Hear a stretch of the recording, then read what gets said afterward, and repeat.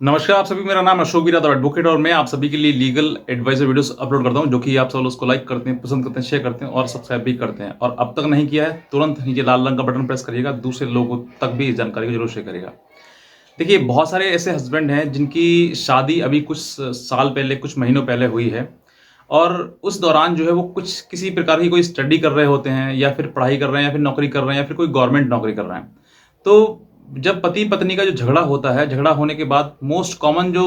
Dialogue या धमकी जो दी जाती है वो ये दी जाती है कि मैं तुम्हारी नौकरी खा जाऊंगी। मतलब बहुत सारी पत्नी जो है वो ये कहती है कि मैं तुम्हारी नौकरी छुड़वा दूंगी, तुम्हें कहीं का नहीं छोड़ूंगी और तुम्हारा ये कर देंगे वो। मतलब और भी मन में लोगों के भी ये सवाल रहते हैं, पतियों के भी मन में ये ख्याल रहते हैं, सर मेरी नौकरी तो नहीं चली जाएगी, मेरे ऊपर अगर केस सेक्शन 498A का हो गया तो क्या मेरी नौकरी बच पाएगी या नहीं बच पाएगी। क्योंकि बहुत मुश्किल से तो नौकरी, एक गवर्नमेंट नौकरी मिलती है, गवर्नमेंट हो या प्राइवेट हो। तो और उसके बाद ये इस तरह की धमकी आती है तो पति बेचारा कहीं मतलब ये सोच ही नहीं पाता है कि मैं कुछ करूं,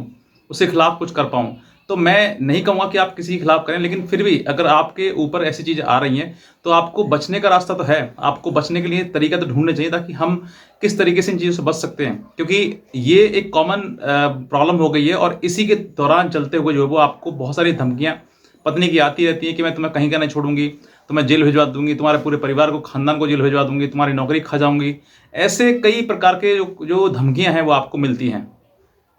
तो एक हमारी सब्सक्राइबर हैं जिन्होंने कल एक मेरा मेरा मैंने एक वीडियो अपलोड किया था। इसका जो लिंक है वो मैं आपको नीचे डिस्क्रिप्शन में दे दूंगा, उसको देख लीजिएगा। कि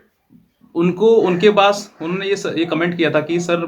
जॉब के लिए जरूर एक वीडियो बनाइए ताकि जो पति जॉब करते हैं, चाहे वो प्राइवेट हो, गवर्नमेंट हो या फिर किसी प्रकार कॉन्ट्रैक्ट बेस पर हो, तो जॉब जो करते हैं उन लोगों के लिए ये जो सेक्शन 498 का केस जो है वो कितना उनके जीवन में असर डालेगा, कितना उनका जो प्रॉब्लम है क्रिएट होगा, बनेगा नहीं बनेगा, कल भविष्य में कहीं हमारी नौकरी तो नहीं चली जाएगी, क्या करना है, क्योंकि धमकियां ऐसी चीजें आती रहती हैं। तो आज मैं बेसिकली यही बताऊंगा कि अगर आपकी पत्नी आपको धमकी दे रही है या आपको भी किसी प्रकार से डर लग रहा है कि सर मुझे मेरी जॉब जा सकती है, मुझे किसी प्रकार का क्रिमिनल अगर मेरा रिकॉर्ड बन जाएगा तो मुझे दिक्कतें भविष्य में आ सकती हैं, तो आज मैं आपको बिल्कुल ओपन तरीके से बताऊंगा कि वाकई क्या इसके पीछे रीजन है, क्या गवर्नमेंट जो जिन लोगों के क्रिमिनल बैकग्राउंड होता है तो उनके लिए गवर्नमेंट ने क्या रूल बनाए रखे हुए हैं, किस तरीके से आपको उनमें बचाव मिल सकता है, क्या आपके ऊपर असर पड़ सकता है। ऐसी कई चीजें हैं जो आपको बतानी है। अगर आप चैनल पर नए हैं तुरंत सब्सक्राइब कर लीजिएगा और बेल आइकन प्रेस करिएगा ताकि नेक्स्ट जो अपडेट है वो आपको सीधे आप तक पहुंच सके। देखिए, सबसे पहले हम बात करते हैं प्राइवेट जॉब वालों की। प्राइवेट जॉब जो होती है, प्राइवेट गवर्नमेंट प्राइवेट में भी बहुत बड़े बड़े पद पर लोग होते हैं, पति जो हैं वो उनके काफ़ी किसी कोई कंपनी में सीईओ है, कोई कंपनी में एचआर है, ऐसे कई मतलब अच्छे पदों पर जो है वो रहते हैं। और इस दौरान जो है वो उनकी पत्नी जो है वो जिस समय उनकी अच्छी बातचीत होती है, अच्छा सब कुछ रहता है, उस समय पत्नी के हाथ में किसी प्रकार सैलरी स्लिप मिल जाती है या उसको मालूम होता है कि ये किस कंपनी में काम कर रहे हैं, कितनी किस डेजिग्नेशन पे काम कर रहे हैं, कितनी सैलरी पा रहे हैं, ऐसी कई चीज़ें जो है वो पत्नी को पता लग जाता है। और जब पता लग जाता है तो फिर जब डिस्प्यूट होता है तो झगड़े होता है तो मेंटेनेंस के केस में वो वही सैलरी स्लिप या फिर वही सैलरी और वही डेजिग्नेशन का जॉब का जिक्र करती है कि ये यहाँ पर इस कंपनी में काम करते हैं, इतना कमाते हैं, इस तरह की चीज़ें। अब बात आती है कि सर हम किसी प्रकार से मान लीजिए हम हमारे ऊपर मेंटेनेंस केस कर दिया तो हमें वो कुछ चीज़ छिपानी ही पड़ेंगी। अगर सीधे सीधे आप बोल देंगे तो मेंटेनेंस ज़्यादा ना आपके ऊपर ना बांधा जाए या फिर आपको किसी प्रकार की और कोई फाइनेंशियल जो चीज़ें हैं उनको ना झेला जाए। तो ये भी इन सब चीज़ों से आपको बचना है। तो इन सब चीज़ों के लिए आपके लिए एक रास्ता है कि आप अगर ऐसी कंपनी में किसी काम कर रहे हैं उस समय पर है तो आप प्राइवेट वाले तो स्विच कर सकते हैं, यानी कि जॉब जो है जहाँ पर आप करते हैं वहाँ पर किसी जगह से तरीके से आप स्विच किसी दूसरी कंपनी में कर सकते हैं जिसका आपकी पत्नी को मालूम ना हो। तो आप बता सकते हैं कोर्ट में कि सर हम तो जॉब ही नहीं करते हैं। और क्यों नहीं करते हैं ये भी कोई सवाल हो सकता है, क्योंकि मेंटली इतना प्रेशर है, इतना हमारा जो मेंटल हेल्थ है वो पूरी खराब कर चुके हैं और ये सब केसेस के चक्कर में जॉब नहीं हो पा रही है। एक तो ये आपका रास्ता है कि आप इन सब चीज़ों से बच सकते हैं, अपनी जॉब को सेव कर सकते हैं और खुद को भी सेव कर सकते हैं। दूसरा बात करते हैं गवर्नमेंट जॉब वालों के लिए, जिनके ऊपर गवर्नमेंट जॉब होती है, यानी कि जिन जो गवर्नमेंट जॉब कर रहे होते हैं, चाहे वो गवर्नमेंट टीचर हों या गवर्नमेंट किसी पद पर हों, किसी कोई लेखपाल हो, कोई पुलिस में हो, कैसे भी हो सकता है। तो अगर आपकी पत्नी को ये सब कुछ मालूम है कि वो जॉब करते हैं, मतलब गवर्नमेंट जॉब करते हैं और इस डेजिग्नेशन पर हैं, तो देखिए आपको पहली बात तो, या फिर गवर्नमेंट की तैयारी कर रहे हैं आप, गवर्नमेंट में अभी नहीं लगे, सिलेक्ट नहीं हुआ, सिलेक्शन की तैयारी कर रहे हैं, तब आपके लिए क्या हो सकता है। सबसे पहली बात तो ये है कि आप जो मन में आपके सवाल आता है कि सर क्या सेक्शन 490 का केस मेरे ऊपर होने के बाद क्या मेरी जॉब चली जाएगी, बिल्कुल गलत सोचते हैं आप। ये ऐसा बिल्कुल नहीं है कि कोई भी ऑफेंस, मान लीजिए मैं ये कहता हूँ सेक्शन 490 नहीं, कोई और भी अगर आपने ऑफेंस कर दिया, सीधे करते ही आपकी जॉब चली जाएगी, ऐसा बिल्कुल नहीं होता है। कब होता है मैं आपको बताता हूँ। सेक्शन, पहले तो मैं आपको ऑफेंस बताता हूँ। दो प्रकार के ऑफेंस होते हैं, एक हीनियस ऑफेंस और एक मतलब सिंपल वाले जो ऑफेंस होते हैं, छोटे मोटे। हीनियस ऑफेंस कौन से होते हैं, जो बड़ी दुर्घटनाएं होती हैं, जैसे 302 हो गए आईपीसी, मर्डर करना, या फिर दूसरा 304B आईपीसी, यानी कि पत्नी का किसी प्रकार से मर्डर कर देना। तीसरा